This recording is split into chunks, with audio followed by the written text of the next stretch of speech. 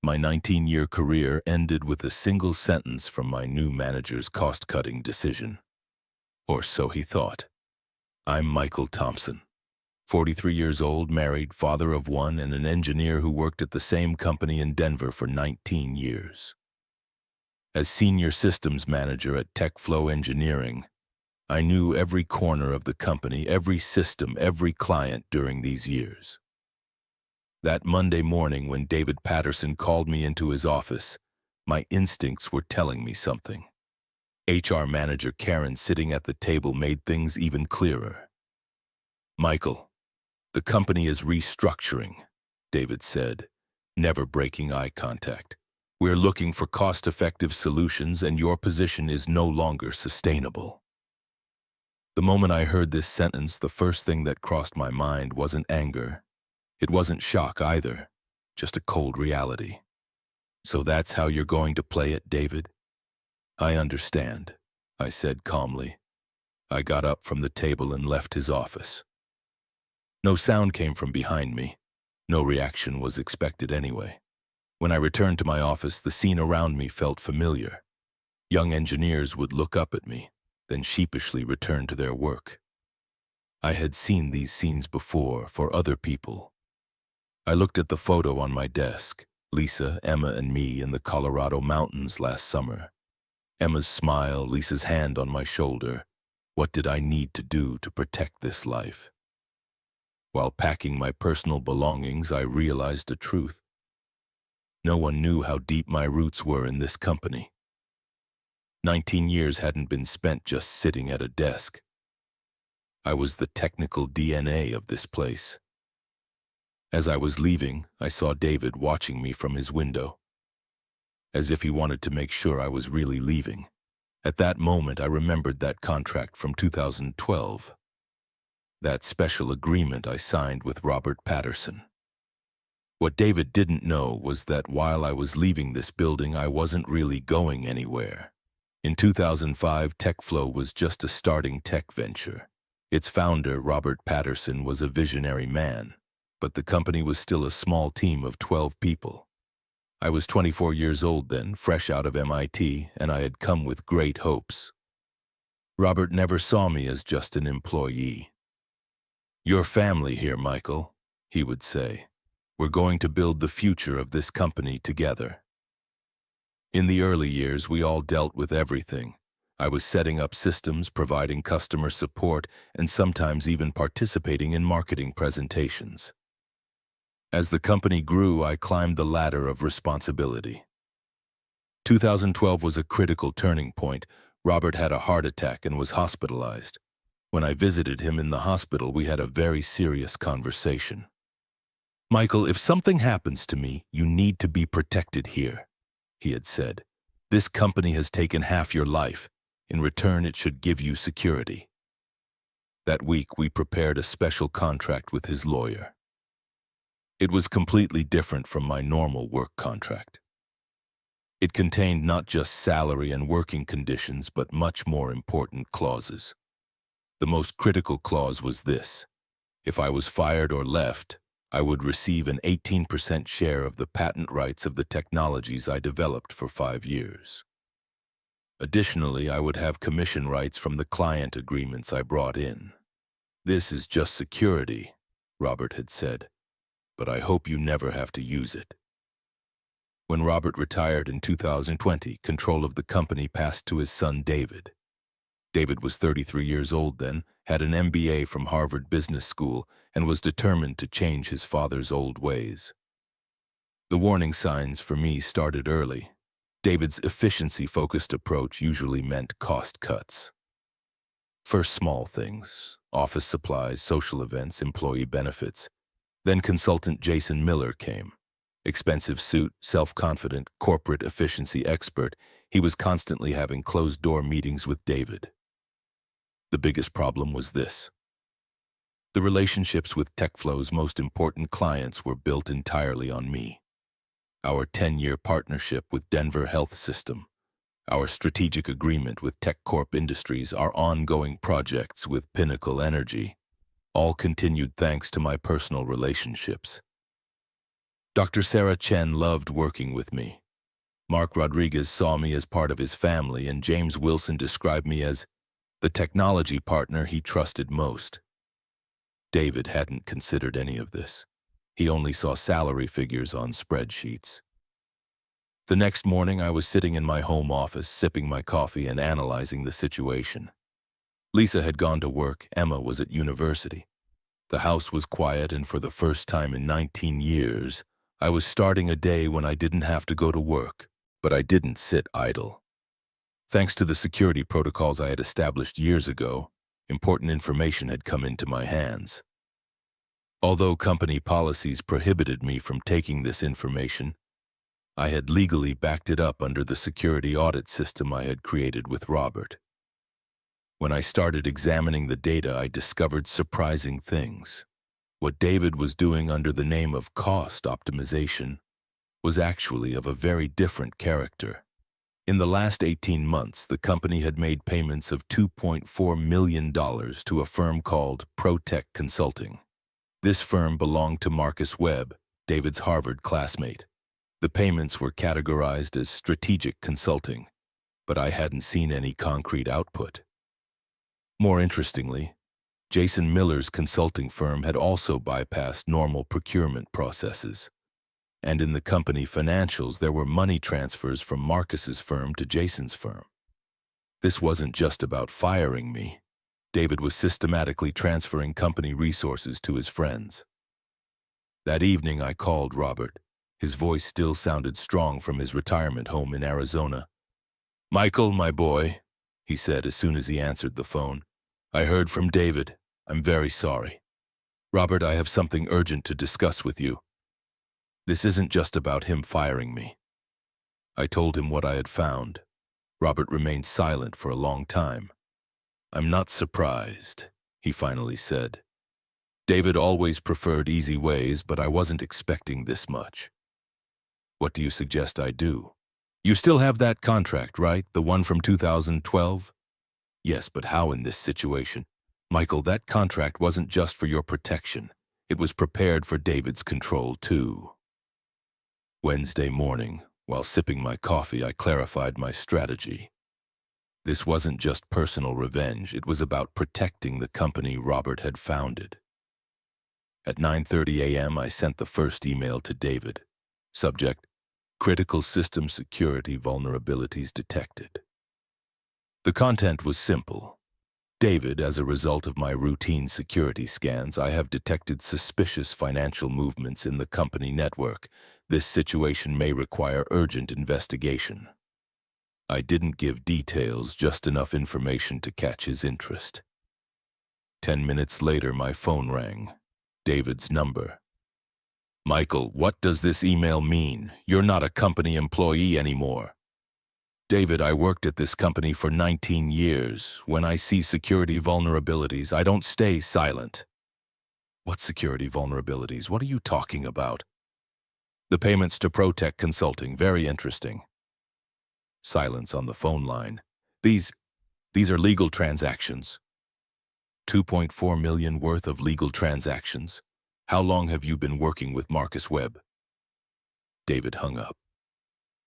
At 11:45 a.m., I sent the second email.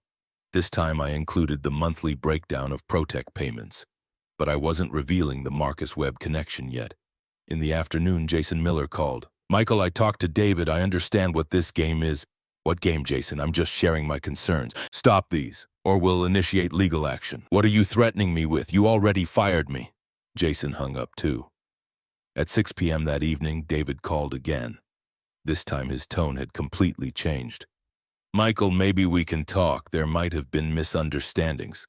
"About what?" "About the firing. Maybe we can bring you back as a consultant."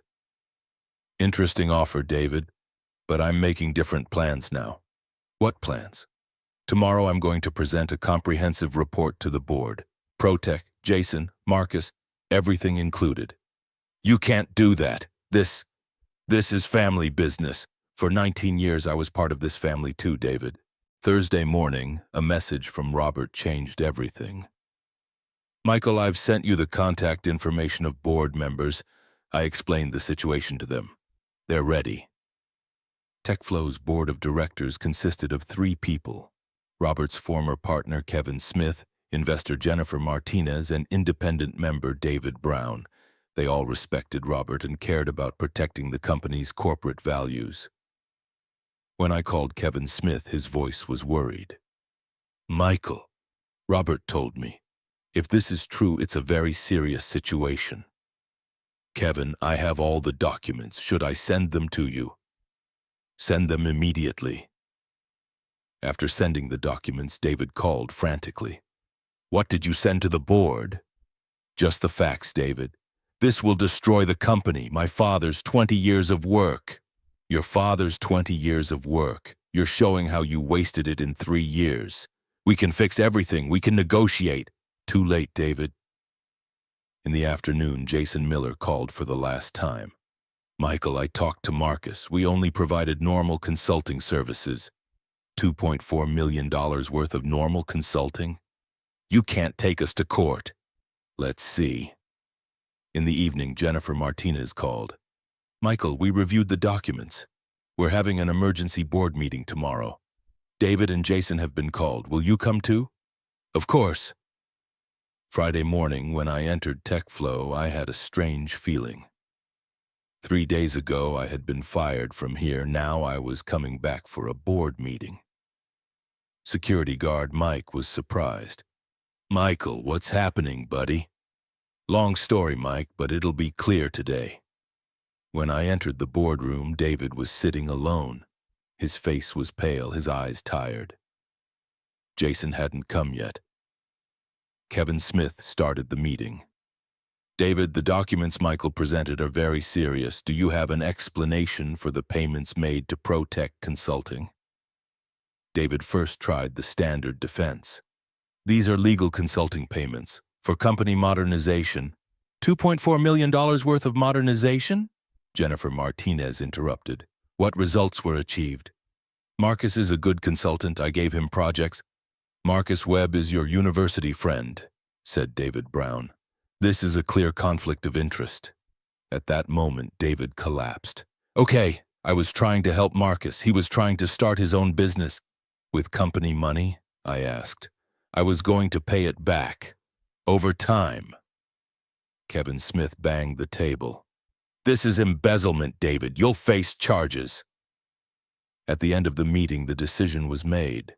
David would be removed from the CEO position, Jason's contract would be terminated, and Marcus would be sued.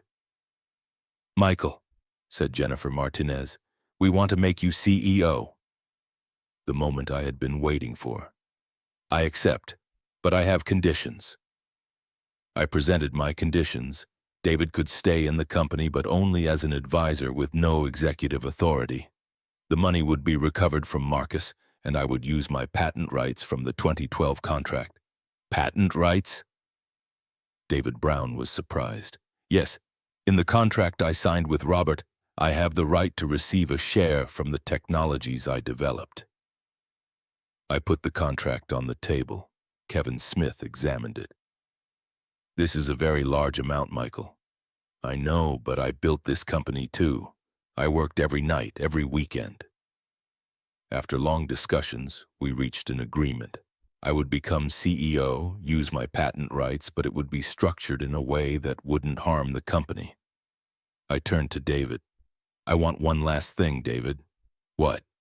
"I want you to apologize. You ended my 19 years of loyal service with a single sentence." Silence. Then, "I'm sorry, Michael. I really made a big mistake." When I returned to TechFlow as CEO on Monday, the entire company greeted me with applause. The news had already spread. The fired engineer had changed the entire management in 3 days and became CEO. My first job was to confirm customer relationships. When I called Dr. Sarah Chen, she was very pleased. "Michael, I heard you became CEO. This is great news. We were planning to continue working with you anyway." Mark Rodriguez and James Wilson gave similar reactions. The customer loss problem, which was my biggest concern, didn't happen. Working with David was difficult at first, but over time we both got used to the new situation. He was now only doing operational reporting while I was making strategic decisions. Within 4 months, we recovered $1.9 million from Marcus Webb. The Jason Miller case is still ongoing. 6 months later, I was sitting in the CEO office reviewing quarterly results. TechFlow's revenue had increased by 28%. The shares I received from patent royalties were more than my old salary. David now understood my value and never mentioned cost-cutting again. In fact, he had started focusing on employee retention. One day, he knocked on my door. "Michael, can I talk to you?" "Sure." I'm very sorry. I didn't understand what my father had created. I didn't see how valuable you were." "David, what matters is the future. We both learned. The company got stronger. My father would be proud of you. I never forgot Robert's values. You'll learn too." Today, I continue to manage TechFlow. David and I are now a real team. Since that day, we haven't fired anyone for cost-cutting. We understood the value of experienced employees. Marcus Webb is serving his sentence. Jason Miller moved to another state. Financial issues were resolved. Lisa and Emma were very supportive during that period. Lisa had said, "I know you, Michael. I knew you were making a plan." Emma had said, "Dad, you're like a chess master." Life sometimes tests you at the most unexpected moments. What's important is not to panic, know your cards, and play them at the right time. That contract was a forgotten piece of paper for 8 years, but it was a lifesaver at the critical moment. People ask, "Weren't you angry? Didn't you want revenge?" No, because anger prevents logical thinking. I made strategic moves, not emotional ones. In the end, this experience taught both of us a lot. David learned the value of experienced workers. I understood the importance of self-protection. Robert visited from Arizona last month. He pulled me aside. "That contract worked," he said with a smile. "How so?" "I wrote that contract exactly for this. I knew David would fire you. I knew his character." "Did you do it deliberately?" "Of course. You're the backbone of this company, Michael. I had to protect you." At that moment, I realized that real leaders plan not just today, but the future too. Robert had protected me 8 years in advance. Life continues, and sometimes the darkest moments create the brightest learning opportunities. What's important is recognizing the opportunity and taking action at the right time.